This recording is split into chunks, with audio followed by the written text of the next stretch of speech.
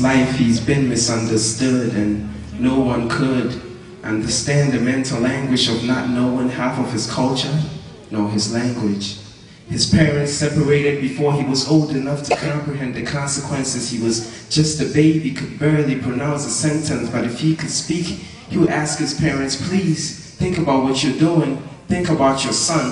What is he going to be pursuing in the year 2011, not knowing half of his family, with a heart that's torn apart for a mother who had to work twice as hard to raise a delinquent son who never understood that his life was scarred, cutting classes, never bringing home his report cards, hated school, but when it came to a job, he worked hard until one day came the decision of where he was going to be living, with a father he barely knew, or with a mother who was tired of giving love to a son who could not give it back. So he never learned how to love because all of his life he's been detached. This all originated from the moment I just mentioned. If only she had the knowledge, if only he had the comprehension to stand up and say what I said now, instead of crying and crying and crying. This is the testimony of a friend of mine, and for him also a Savior was born. A son was given. And Isaiah the prophet saw the Messiah several hundred years before he was even born. And he said, who shall believe our report? And to whom is the arm of the Lord revealed? He shall grow up like a tender plant, a tender plant, a tender plant. And when we see him, there's no beauty that we should desire him. But he was bruised for our iniquities.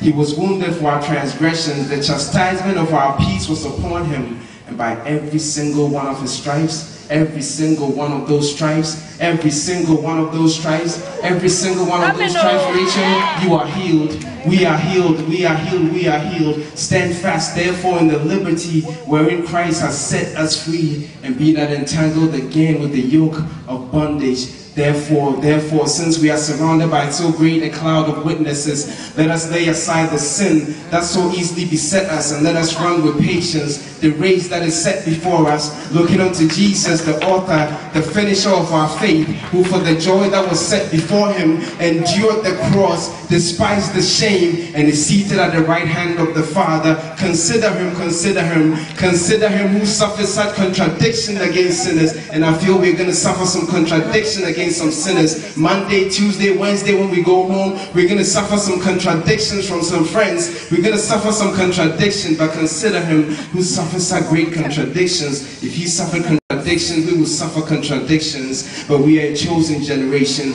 We are not a called generation, for many are called, but few are chosen. We are the chosen generation. We are not the hip-hop generation. We are not the Facebook generation. We are not the internet generation. We are the chosen generation, a royal priesthood. I feel like I'm talking to some kings and queens, some princes and princesses.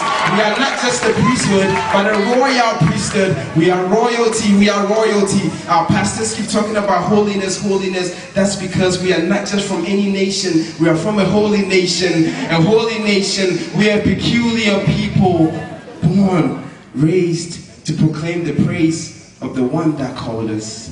You cannot lie to me. You can't.